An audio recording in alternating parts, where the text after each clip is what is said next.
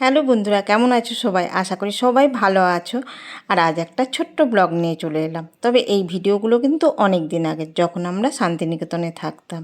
আর সকাল সকাল বেরিয়ে পড়েছিলাম। আর শান্তিনিকেতনের পরিবেশটা সকালেতে বেশ সুন্দর, আমার তো ভীষণ ভালো লাগে।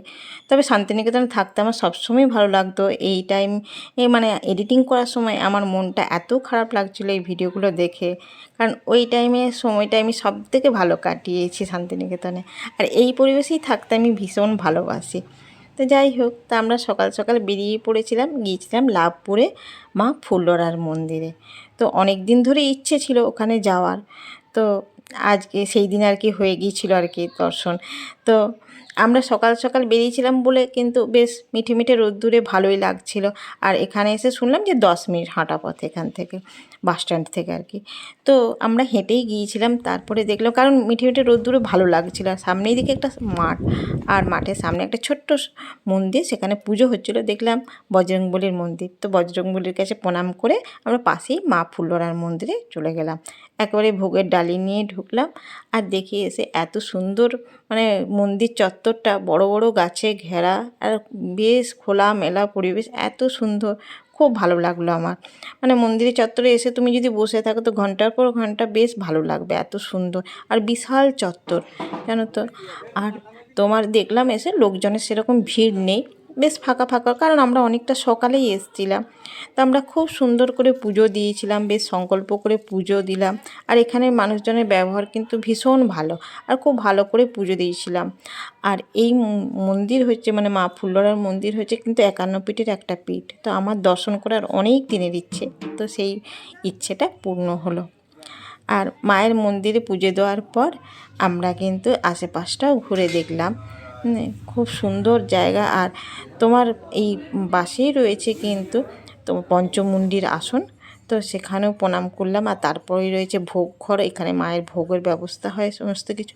আর তার পাশেই রয়েছে আরও ছোটোখাটো অনেক মন্দির রয়েছে। আর ওদের কিন্তু পাশেই থাকার ব্যবস্থা আছে, বিশাল একটা বিল্ডিং রয়েছে একটু দূরে। তো সেখানে তোমার থাকার ব্যবস্থা আছে, কারণ এখানে তোমার মাঘী পূর্ণিমার সময় বিশাল মেলা বসে আর কি। তো সে প্রচুর মানুষজনের ভিড় হয়, কয়েক লাখ লোক মানুষের ভিড় হয়।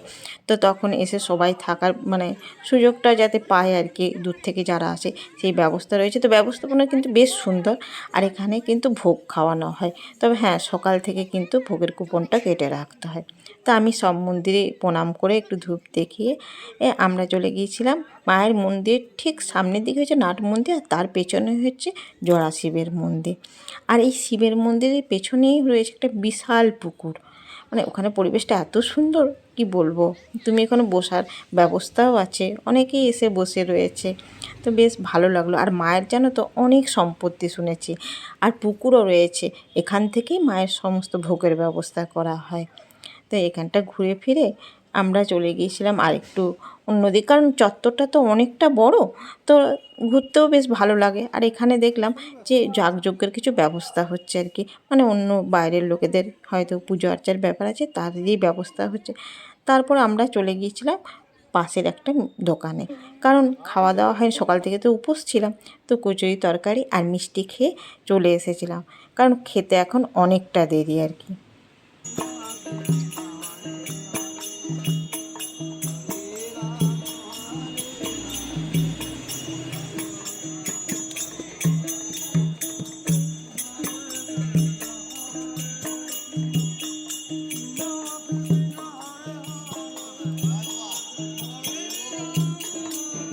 তারপর এসে দেখলাম প্রসাদ খাওয়ানোর ব্যবস্থা হয়েছে, তো আমাদেরকে যেতে বললো।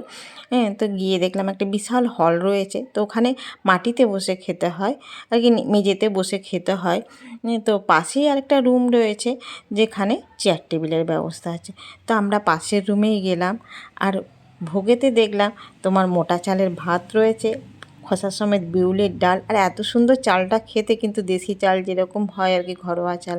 তার সঙ্গে কুমড়ো আলুর তরকারি, বেগুন মূলোর তরকারি, এই আর বীরভূমের পাঁচমিশালি টক, আর রয়েছে পায়েস। হ্যাঁ, তো ভোগ খাওয়ার পর মাকে প্রণাম করে আমরা বেরিয়ে পড়লাম। তো এই সামনের মাঠেই কিন্তু তোমার মেলাটা বসে। তো চলো বন্ধুরা, ভিডিওটা এখানেই শেষ করলাম। ভিডিওটা যদি ভালো লাগে তো একটা লাইক করে দিও, আর চ্যানেলটাকে সাবস্ক্রাইব করে, আর পেজ থেকে দেখলে পেজটাকে ফলো করে দিও। তো চলো, পরে আরও অনেক গল্প হবে। এই ভিডিওটা এখানেই শেষ করলাম। সবাই খুব ভালো থেকো, সুস্থ থেকো। টাটা।